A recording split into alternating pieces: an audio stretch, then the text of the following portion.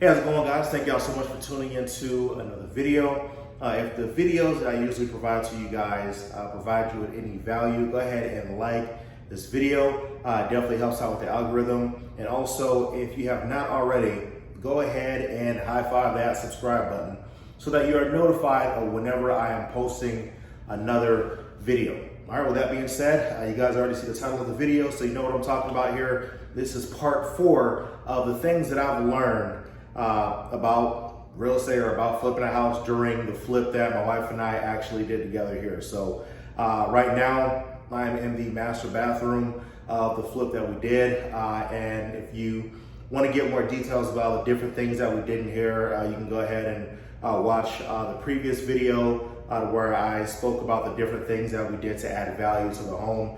But I'll go ahead and do part 4 of what I've learned during the process of this flip.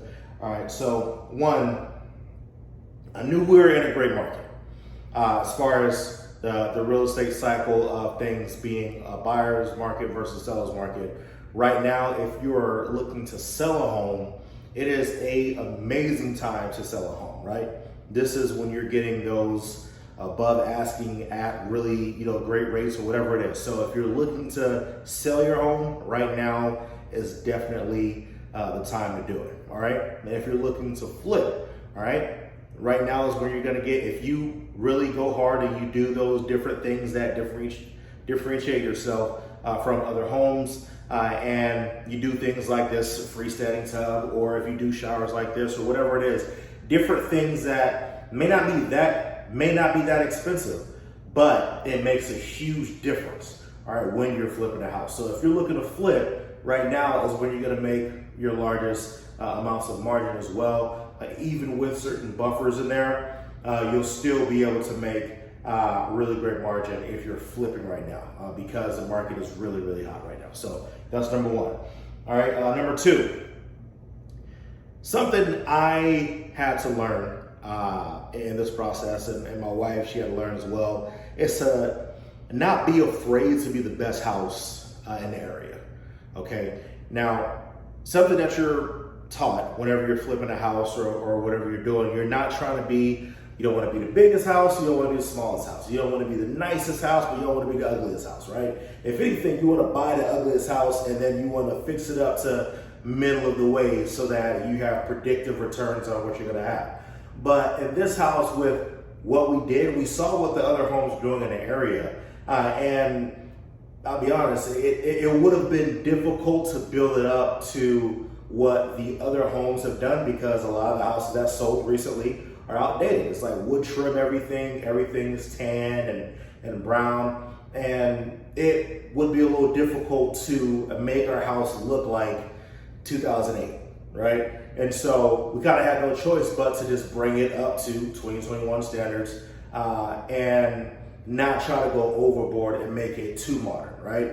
And so with that, that's why you have things like the freestanding tubs, and the color that we chose is the white and gray and black in certain areas. But something that we decided to do, and instead of having gray trim, we decided to do white trim, right? And something that our sister-in-law, my sister-in-law, my wife's sister, she kind of gave us a great tip on was if we made everything gray as far as the trim, if every door was gray, things like that, it would look like a flipped house, right? Versus if you were to do everything white, so white ceiling, white walls, white trim, white doors, it looks like a new house, right? And after we did that, it's like, man, we're so glad that we decided to go that route because it does open up the house and it makes it a lot brighter. And by us installing things like the LED lights reflecting off of the white everything, it does give it a more spacious feel. So definitely glad that we went that route. My wife, she picked out the exact shades of white. And I tell you, man, all the whites look the same to me. The bright white versus this white versus that white. It's like she picked out like 10, 12 whites. Like they all look the same to me. If you mix them up and mix up the names, I'm like, hey, was this all cut from one sheet of paper? But when it all came out together, man, did it work out, right? The colors worked out perfectly. The white that's on the walls is different from the white that's on the ceiling. Whatever. That's not my thing, right? My thing is finding the deals, but when it comes to my thing is finding a deal and structuring a deal so that it makes sense. Hers is making sure everything looks nice and pretty. So she did her thing and we did our thing together. So that goes into that number 2. Don't be afraid of being a nicer home. All right. But just make sure you're not going overboard. And you never know, by having the nicest home, you could push that market up. Now, I'm not saying to have that as part of your strategy of every neighborhood you go into, you're trying to push that neighborhood to the next level. Not saying that, but what I am saying is, if you find yourself in a situation where everything is brown and tan, all right, and it's gonna be hard to find that type of baseboard, it's gonna be hard to find that kind of whatever, don't be afraid to push it a little bit and just make it nice, okay? Bring that house up to 2021 or whatever year you're watching this. Bring that up to that year. All right, and next, listing the home earlier in the week on the MLS and explaining that you will have a showing on Saturday. So by listing it on that Tuesday, Wednesday, you'll start getting a couple offers that's maybe closer to what your asking is.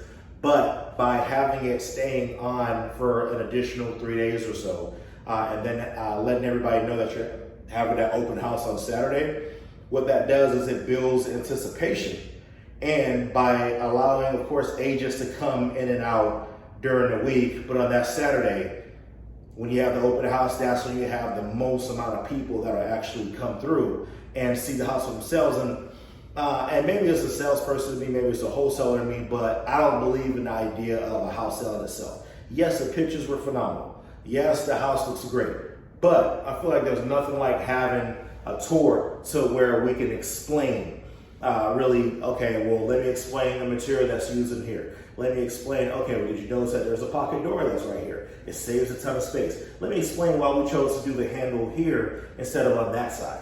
Let us explain why we chose to do this. Let us explain why we did, and by going in and explaining everything of the house, you could really sell the person on like, oh, I didn't even think about that. That is something good. I really do want this house now because of you really explaining to us why this house is so amazing. So that's the main thing that I would say, or the main last 3 things that I learned during the split process. So we got an offer in and we're looking to close at the end of next month. So God willing, we'll be able to close it and move on to the next property.